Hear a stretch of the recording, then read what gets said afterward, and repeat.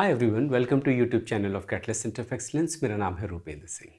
मैं डायरेक्टर हूँ catalyst centre of excellence का और फैकल्टी हूँ लाइफ साइंसेज की। मुझे 20 साल से ज़्यादा का एक्सपीरियंस है CSA NET life science students को गाइड करने का। आज मैं उन सवालों के जवाब देने की कोशिश करूँगा जो जब आप न्यू कमर होते हैं, जब आप इस एग्ज़ाम की प्रिपरेशन करने की सोचते हैं तो आपके दिमाग में आते हैं।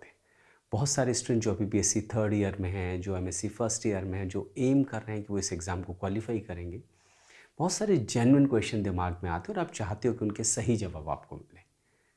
तो उन सभी सवालों के जवाब देने की कोशिश करूँगा, सही जवाब देने की कोशिश करूँगा। ठीक है। देखिए, सबसे पहला सवाल जो आपके मन में आता है कि क्या इस एग्ज़ाम को क्वालिफाई करने के लिए कोचिंग करना ज़रूरी है? Do I need a coaching to qualify CSIR NET exam? बहुत पर्टिनेंट क्वेश्चन है। क्यों पर्टिनेंट क्वेश्चन है? क्योंकि अगर आप सीएसए नेट लाइफ साइंसेज का सिलेबस उठा के देखें तो मोस्टली वही है जो आप पोस्ट ग्रेजुएशन में पढ़ते हैं। तो ऑब्वियसली जिन सब्जेक्ट को आप 2 साल एमएससी में पढ़ने जा रहे हैं, क्या उन सब्जेक्ट्स के लिए आपको अलग से कोचिंग की ज़रूरत है?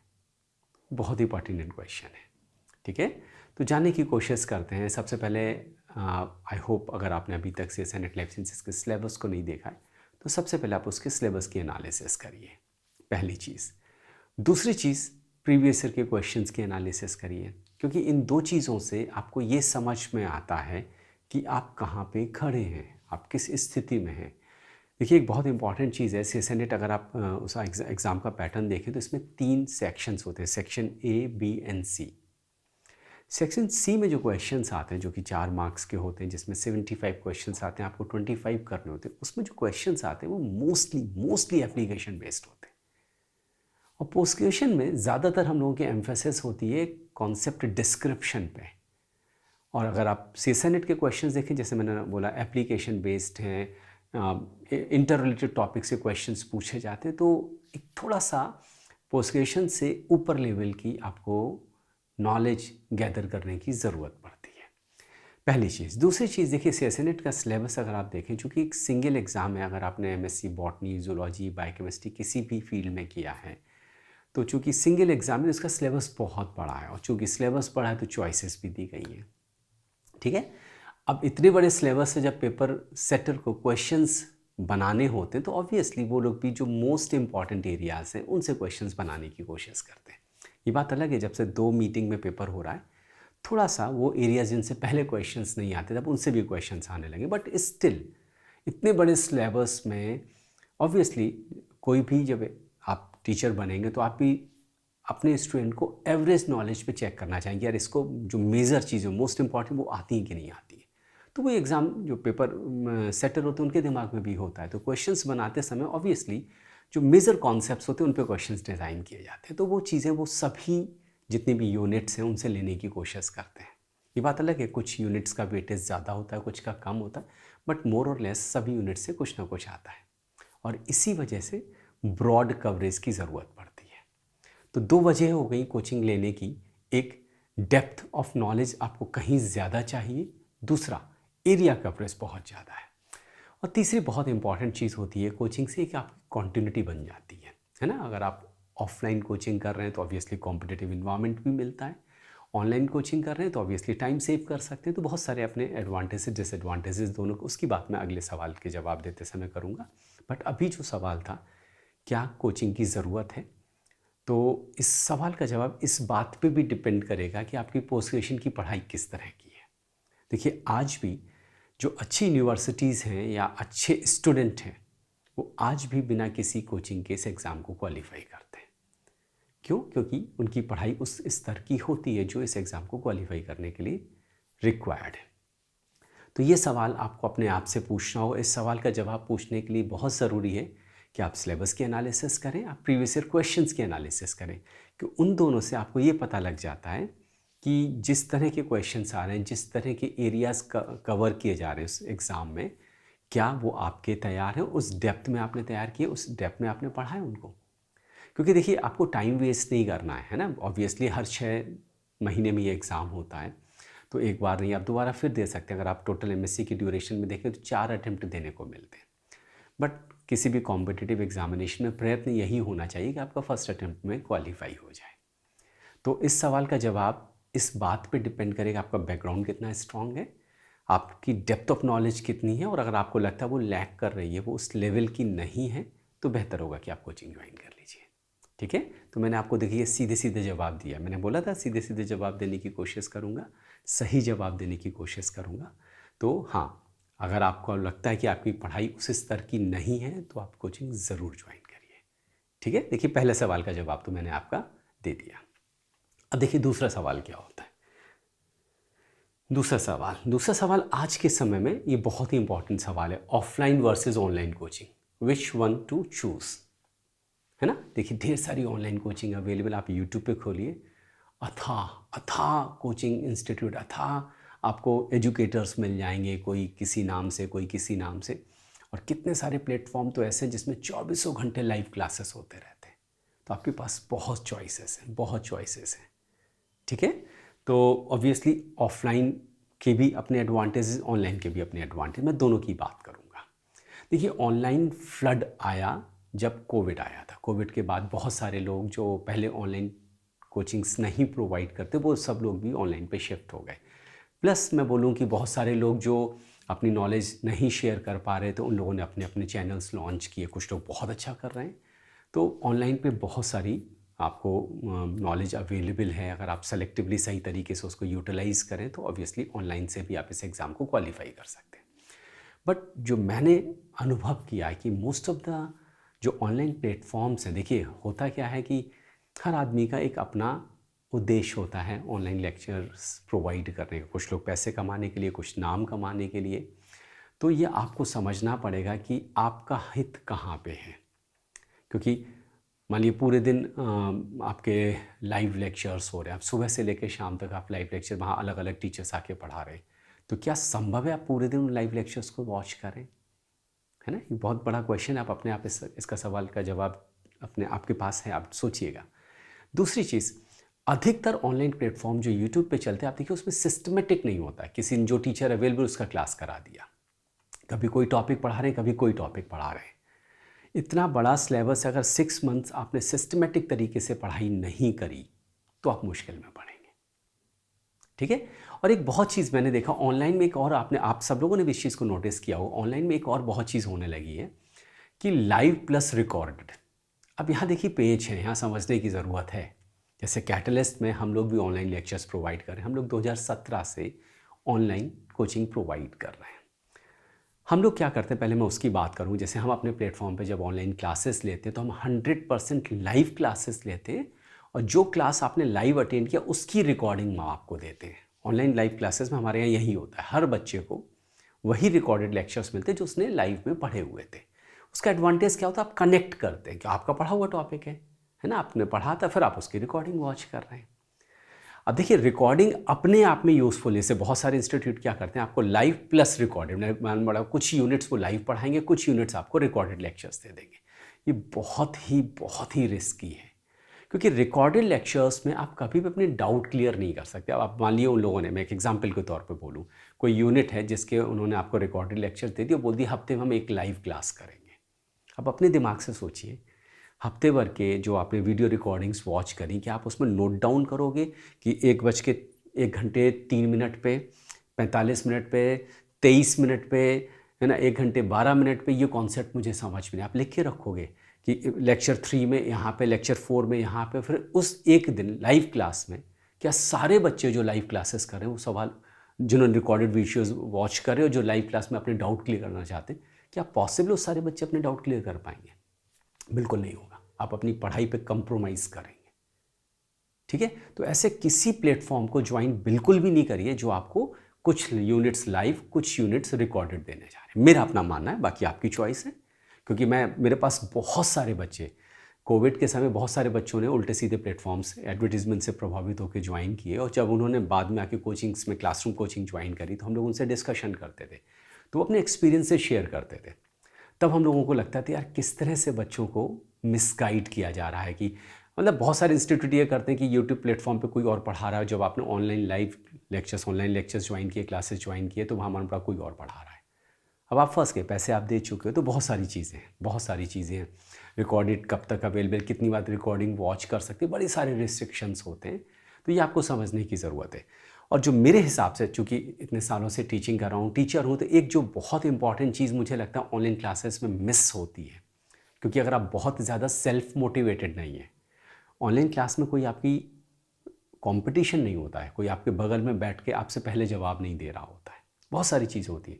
क्लासरूम में जब आप एंटर कर रहे हो, आप लोगों के चेहरों से, है ना, फेस से एक्साइट, आपको लगता है कि यार इस बंदे ने ये पढ़ लिया है ना, कोई किसी ने आपसे पहले जवाब दिया, या कोई बात करते हुए आ रहा है कि यार इसका ये आंसर होगा, यार कोई टॉपिक आज मैंने रात को ये पढ़ा है, यू स्टार्ट फीलिंग यार मैंने तो ये पढ़ाई नहीं करी थी।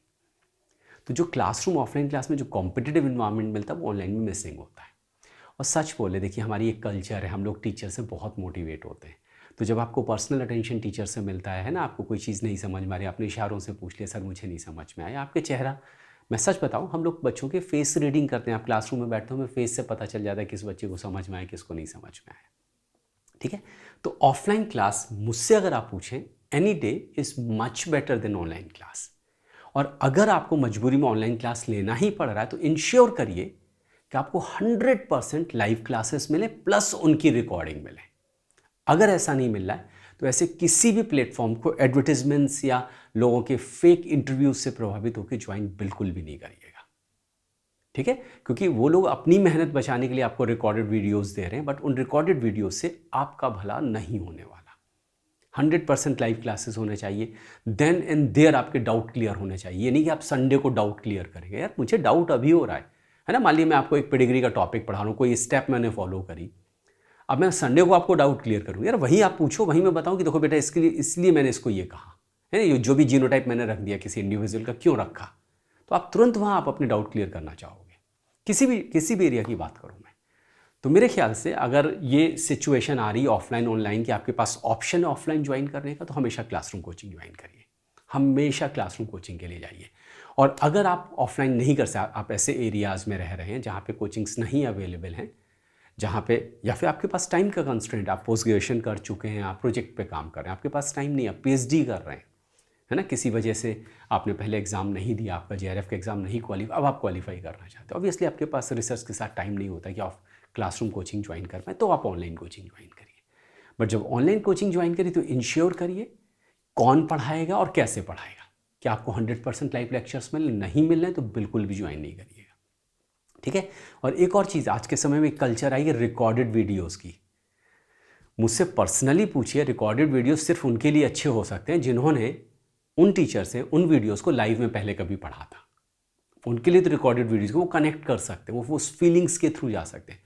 बट आप सिर्फ रिकॉर्डेड वीडियोस बाई कर रहे हो। मैं देख रहा हूँ बहुत सारे जो आलसी बच्चे होते हैं ना, आलसी स्टूडेंट, उनको लगता है हम अपनी मर्जी से अपने हिसाब से वीडियोस वॉच करेंगे, वो रिकॉर्डेड वीडियोस बाई करते हैं। आप रिकॉर्डेड वीडियो बाई करके सिर्फ कोचिंग वालों का, उनको पैसे कमाने में हेल्प करते हैं, आपका ज़्यादा भला नहीं होता है। क्योंकि अगर डाउट क्लियर्स नहीं हो रहे हैं तो फिर बेकार इस टाइप के रिकॉर्डेड वीडियोस बाई करने का। हम भी अपने प्लेटफॉर्म पर रिकॉर्डेड वीडियोस सेल कर रहे हैं, क्योंकि सब सेल करते हैं, बच्चे डिमांड करते हैं, बट एज ए टीचर आप मुझसे पूछिए, मैं हमेशा मना करूँगा। ठीक है, तो दूसरे सवाल का जवाब भी हो गया, मैंने सही से जवाब दिया। क्या ऑफलाइन ऑनलाइन, आप इस बात पे डिसाइड करें क्या आपके लिए पॉसिबल है। अगर ऑफलाइन पॉसिबल है तो हमेशा ऑफलाइन के लिए जाइए, नहीं संभव है तो ऑनलाइन के लिए जाइए। और अगर आपको ऑनलाइन करना ही पड़ा तो इंश्योर करिए आपको 100% जितनी भी यूनिट्स, जो भी सिलेबस का, वो लाइव क्लियर करा जाएगा, प्लस उनकी रिकॉर्डिंग दी जाएगी। और रिकॉर्डिंग में रिस्ट्रिक्शंस नहीं हो कि वीडियो में एक बार वॉच कर सकते, 3 बार वॉच कर सकते, फिर नहीं वॉच कर सकते।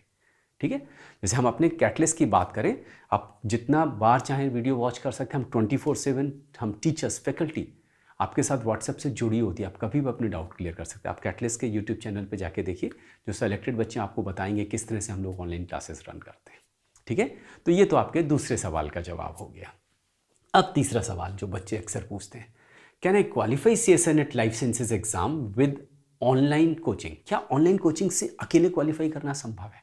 अभी मैंने बोला ऑनलाइन ऑफलाइन है ना, ऑफलाइन अगर वजह ऐसी मजबूरी है कि आपको ऑनलाइन ही करनी है, आपके पास ऑप्शन नहीं ऑफलाइन का, तो क्या ऑनलाइन से क्वालिफाई किया जा सकता है? बिल्कुल किया जा सकता है। क्या क्या रिक्वायरमेंट है? सबसे पहली चीज़ कि ऑनलाइन प्लेटफॉर्म वो हो जहाँ पे 100% लाइव क्लासेस मिल रहे हो। ठीक है, क्योंकि तुरंत आपके डाउट क्लियर होते हुए चलेंगे, एक टाइम बाउंड मैनर में टॉपिक्स कवर किए जाएंगे, एक फिक्स्ड ड्यूरेशन होगा, ये नहीं। अब जैसे मैं आपको एक और मजे की बात बताऊं, मैंने देखा बहुत सारे कोचिंग इंस्टीट्यूट जो ऑनलाइन प्लेटफॉर्म कोचिंग प्रोवाइड करें, वो क्या कहते हैं, सुबह 10 बजे से रात को 12 बजे तक कभी भी क्लास होगा। अब बच्चे को पता ही नहीं कब मैसेज आएगा, आज इतने बजे क्लास होगा। यार कोई फिक्स टाइम होना चाहिए ना, है ना। जैसे हम लोग कैटलिस्ट पे जो हम लोग क्लासेस रन करते हैं, उसके एक टाइम ड्यूरेशन होता है कि इतने से इतने बजे। नॉर्मली हम लोग शाम को क्लासेस लेते हैं, मान लीजिए 8:30 से 10:30 का टाइम है, तो वो फिक्स टाइम है। Monday to Saturday, Monday to Friday, जो भी है उन दिनों में वो क्लासेस होंगे, उस समय वो क्लास होंगे। आपको पहले से पता कौन टीचर क्या कवर करने आ रहा है। और जो भी एरिया हम लोग कवर करेंगे, तुरंत थ्योरी एक्सप्लेनेशन, लाइव क्लास है, कहीं पे भी थ्योरी समझते समय परेशानी हो आप डाउट क्लियर कर सकते हैं, प्लस उस एरिया से आए हुए प्रीवियस के क्वेश्चंस भी तुरंत सॉल्व करते हुए चलेंगे।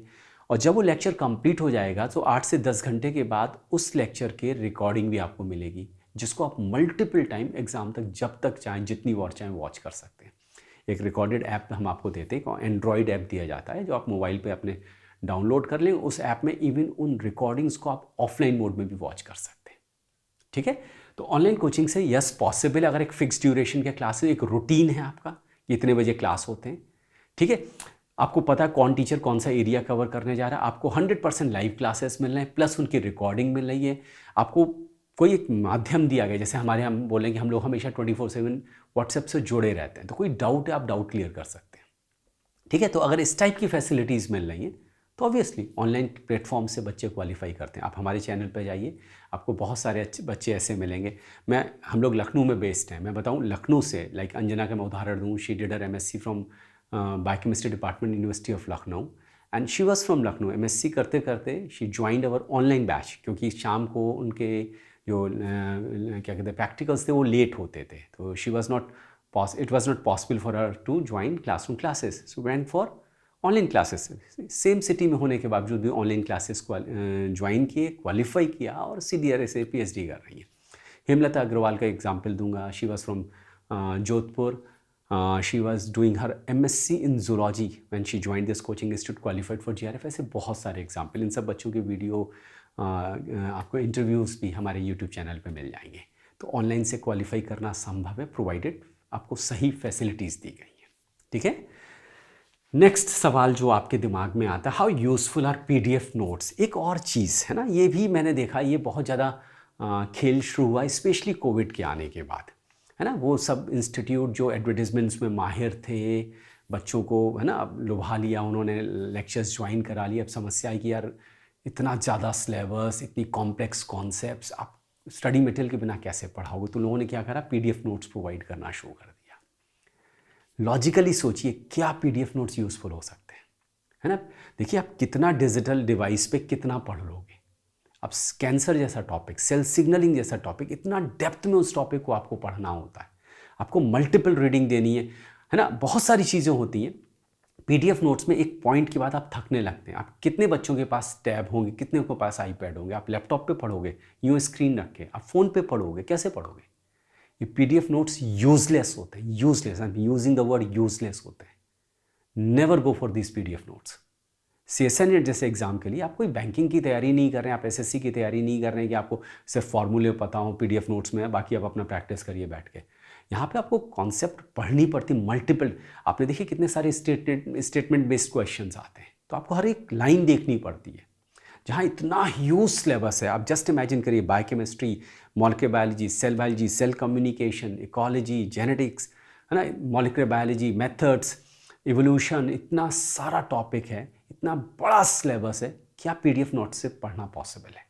जिगर उन कोचिंग वालों का जो PDF नोट्स देते हैं, और महान है वो बच्चे जो इन चक्कर में फंसते हैं और बाद में परेशान होते हैं। आई एम टेलिंग यू, मेरे पास कितनी ऐसी कॉल्स आती जो बच्चे ऐसे ज्वाइन करके बाद में परेशान होते हैं कि PDF नोट से पढ़ाई संभव ही नहीं है ना। देखिए जब आपके पास हार्ड कॉपी होती है, आपके पास बुक होती है ना, कोई चीज़ इंपॉर्टेंट लगी, है ना, जैसे मैं एक एग्जांपल के तौर पे दूँ, लाइक आप G1 फेज से S फेज में जब एंट्री होती है, आपको पता है सेल्स, अगर हम लोग सेल साइकिल रेगुलेशन की बात करें तो आपको पता है कि 3 चीज़ें होती हैं।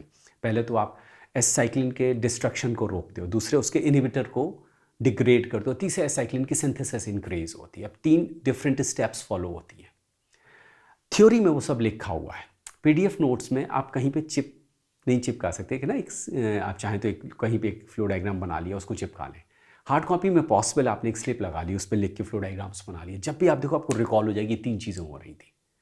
तो हार्ड कॉपी नोट्स का एक अपना ही मज़ा है, और इतनी डेप्थ में जहाँ जहाँ इतना बड़ा सिलेबस कवर करना है, वहाँ PDF नोट्स टोटली यूजलेस है मेरी ओर से, बिल्कुल ना।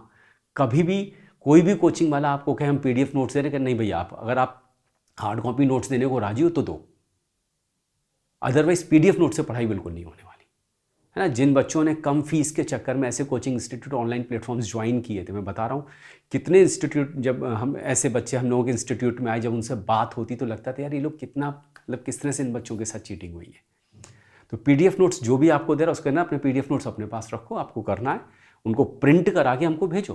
कैटलिस्ट में हम लोग जो ऑनलाइन क्लासेस लेते हैं, हम अपनी कैटलिस्ट पब्लिकेशन की बुक्स आपको कुरियर से अपने खर्चे पे भेजते हैं, हम कुरियर करते हैं, आपको बाई नहीं करनी होती, क्योंकि हार्ड कॉपी बुक्स का कोई भी उनका कंपैरिजन नहीं है ना। हम आपको MCQ की बुक, थ्योरी की बुक, सेक्शन ए की बुक, सारा कुछ अपनी ओर से हार्ड कॉपी में सेंड करते हैं।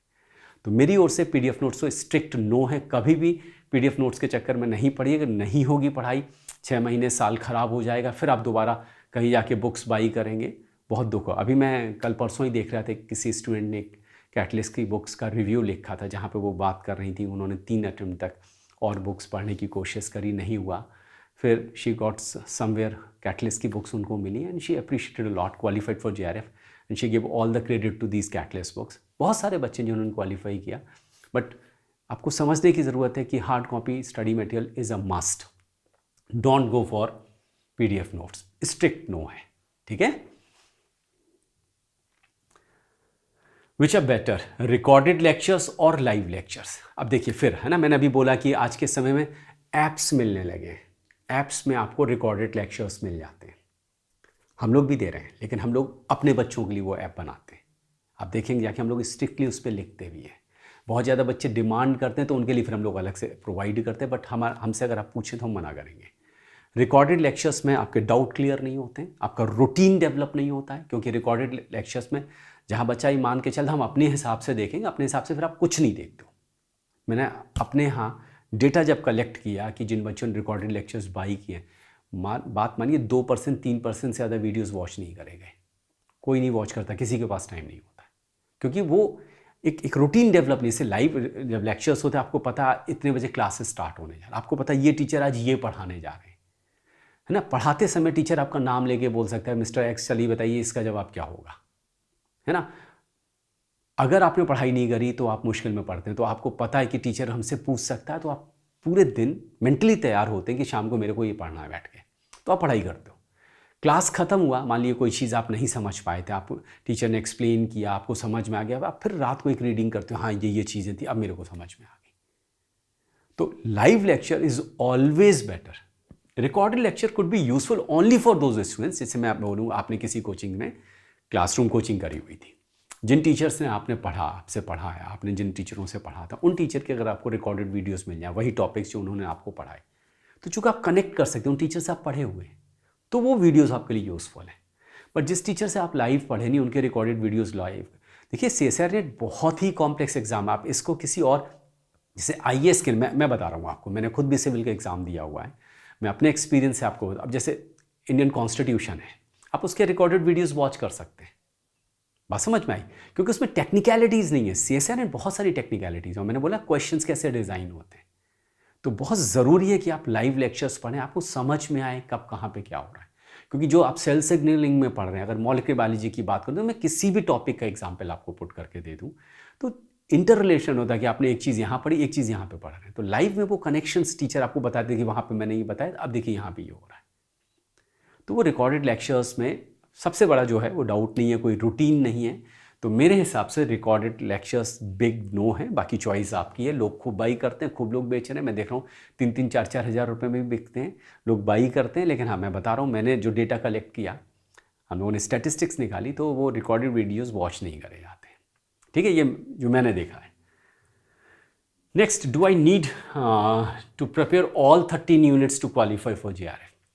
ये एक बहुत बड़ा खेल है ना। अगर आप CSIR का सिलेबस उठा के देखें, ह्यूज सिलेबस है, 13 units, one of the biggest syllabus for any examination. अगर आप मुझसे पूछें, इतना बड़ा सिलेबस किसी भी एग्जाम का नहीं, और उन्होंने चॉइस भी तो आपको दी हुई है, पार्ट सी में 75 में जस्ट 25 क्वेश्चंस अटेम्प्ट करने हैं, पार्ट बी में 50 में just 35 attempt, they have given lot of choice. अब देखिए एक चीज़ और समझिए, देखिए किसी भी कॉम्पिटिटिव एग्जामिनेशन में पूरा सिलेबस इंपॉर्टेंट नहीं होता है, ये आप भी समझते हैं, है ना। इतनी समझ आपने छोटे से कोई ना कोई तो कॉम्पिटिटिव एग्जामिनेशन दिया और आपको रियलाइज़ हुआ होगा। जब आप तैयारी करते हो ऑब्वियसली एज ए स्टूडेंट आपको सब कुछ इंपॉर्टेंट लगता है, बट आप जब पेपर की एनालिसिस करते हो you get to know there are certain area which are more important, there are certain area which are less important, there are certain which are not important for you. तो वो आपको सीखना पड़ता है और उसमें आप किसी एक्सपीरियंस पर्सन का अनुभव यूज़ कर सकते हैं। तो मुझसे अगर पूछे तो मैं कहूँगा हाँ सभी 13 यूनिट्स, लेकिन सभी 13 यूनिट्स पूरी नहीं तैयार करनी है।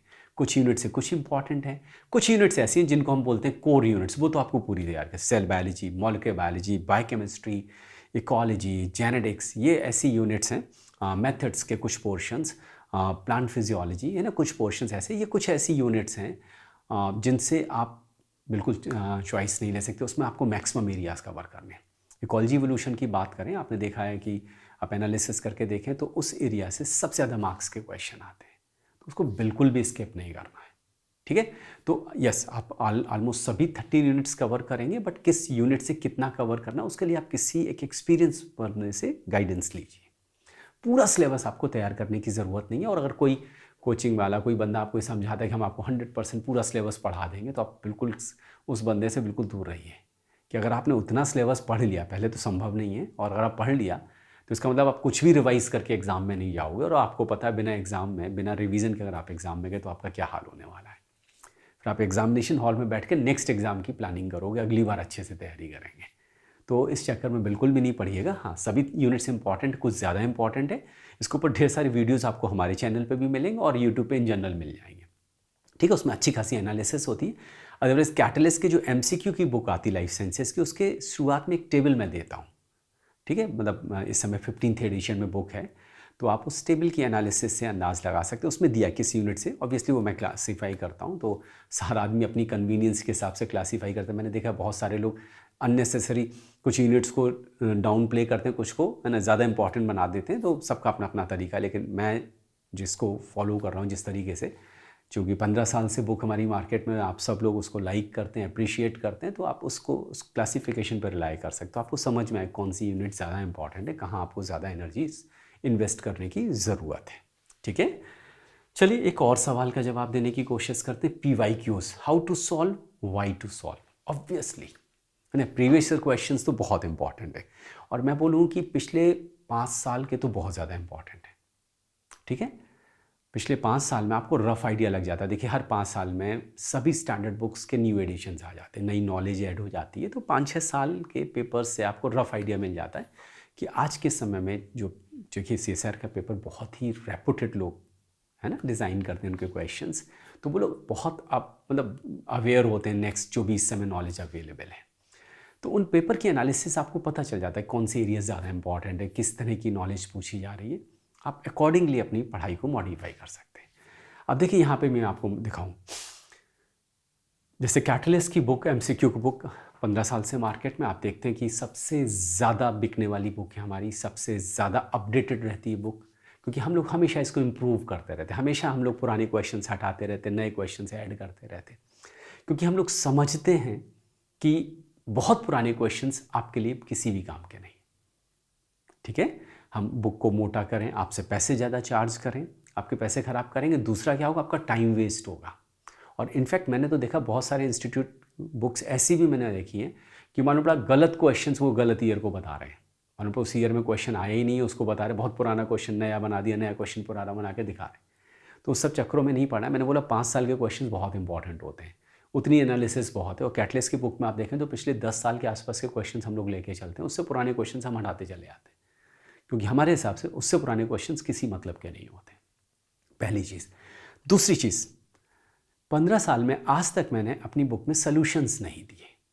अब सोचिए इतने सालों से टीचिंग कर रहा हूँ, मेरे इंस्टीट्यूट से ऑल इंडिया फर्स्ट रैंक से लेके हर रैंक के बच्चे क्वालिफाई करते हैं, मेरे यहाँ से पढ़े हुए बच्चे आज टॉप क्लास यूनिवर्सिटीज़ में असिस्टेंट प्रोफेसर की पोस्ट पे बैठे हूँ, उसके बावजूद भी आज भी मैं उस बुक का सलूशन नहीं देता हूँ।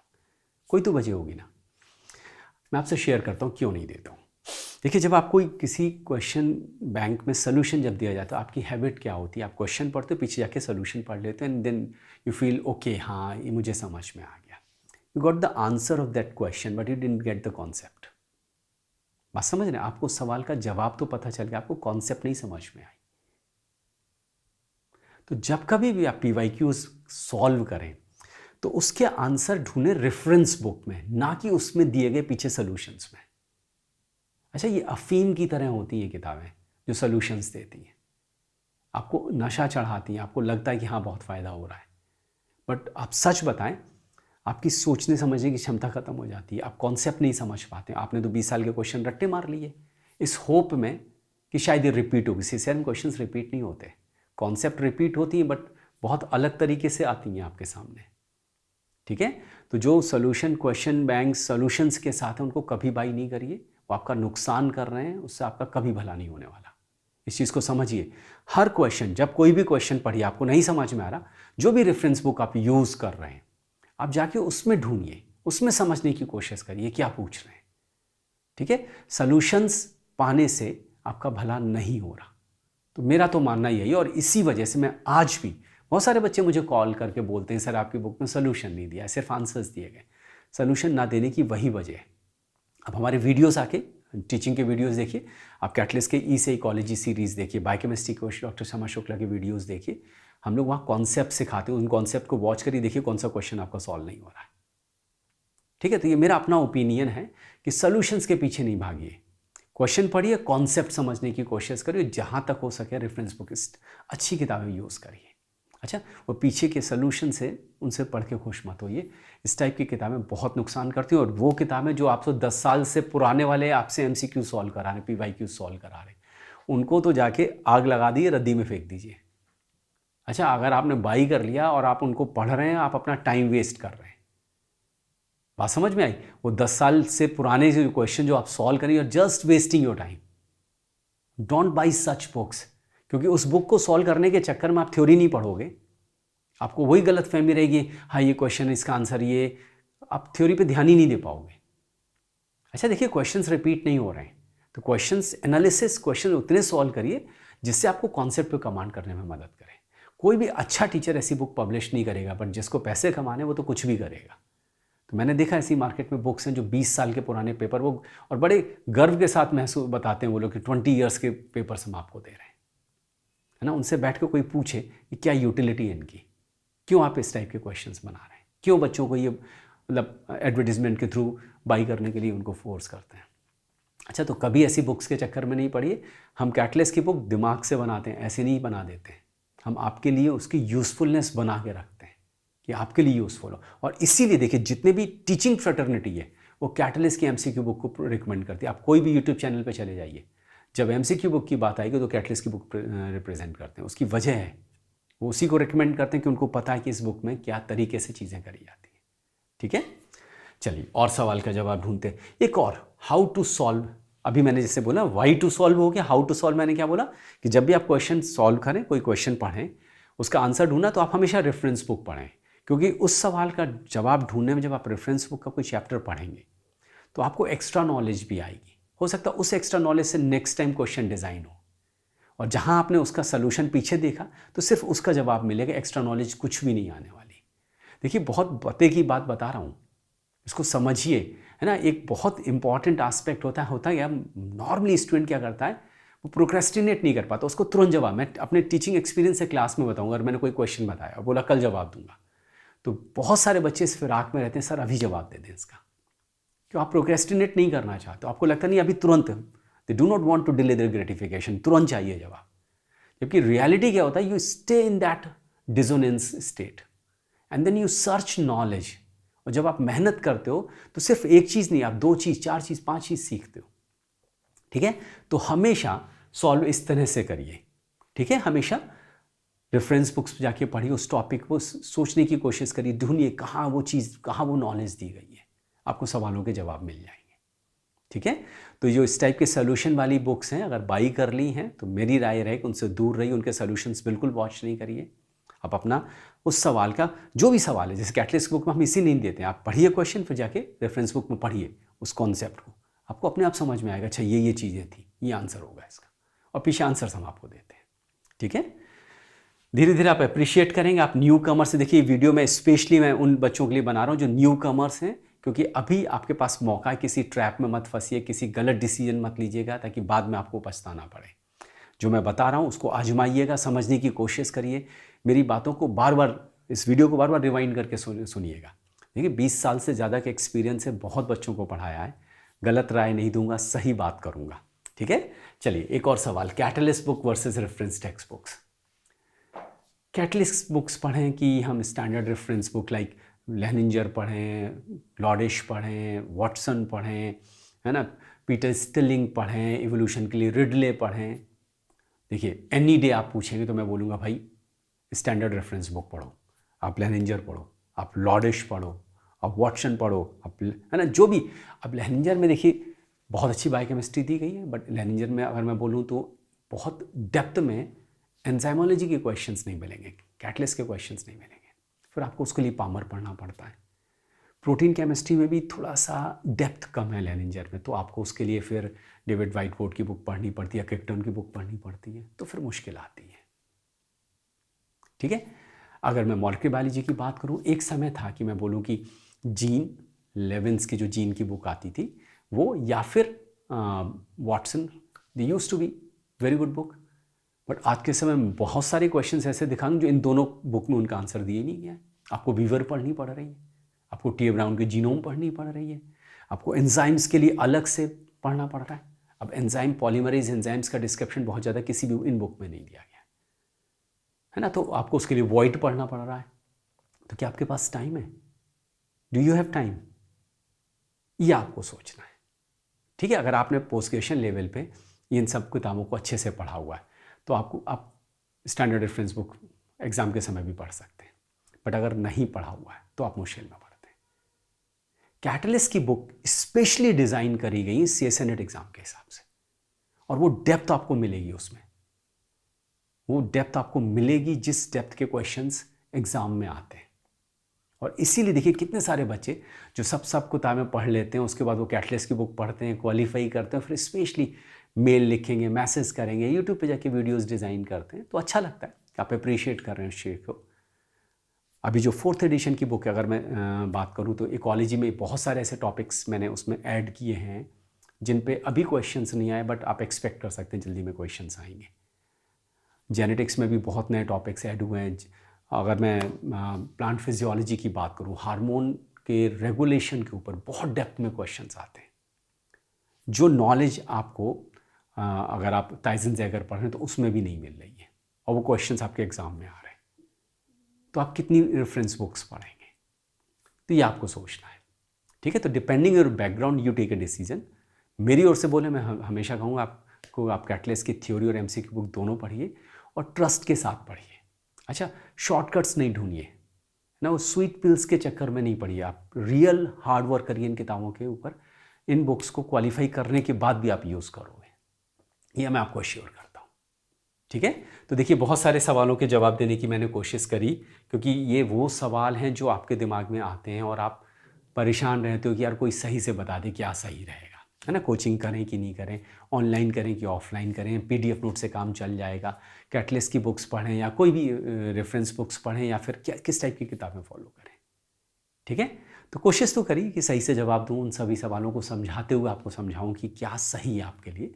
बाकी पोस्ट ग्रेजुएशन कर रहे हैं, आप एडल्ट हैं, ग्रोन अप हैं, सेंसिबली से डिसीजन लीजिए, फालतू के चीज़ों से प्रभावित नहीं हुए, एडवर्टीजमेंट से, फेक इंटरव्यूज से बहुत केयरफुल रहिए, बहुत केयरफुल रहिए।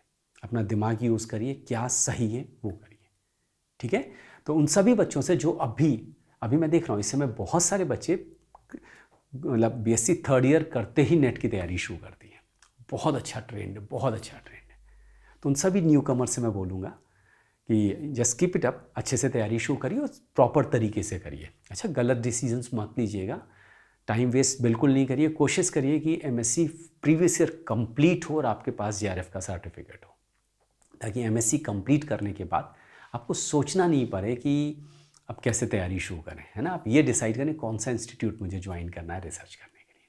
ठीक है, तो मेरी ओर से ढेर सारी शुभकामनाएं, सही डिसीजन लीजिए, और कोई भी आपके पास क्वेरी हो, आप कमेंट्स में पूछिएगा या मेरे व्हाट्सएप पे मुझे व्हाट्सएप करिएगा, मैं सवालों के जवाब दूंगा। Thanks for watching this video. Thank you.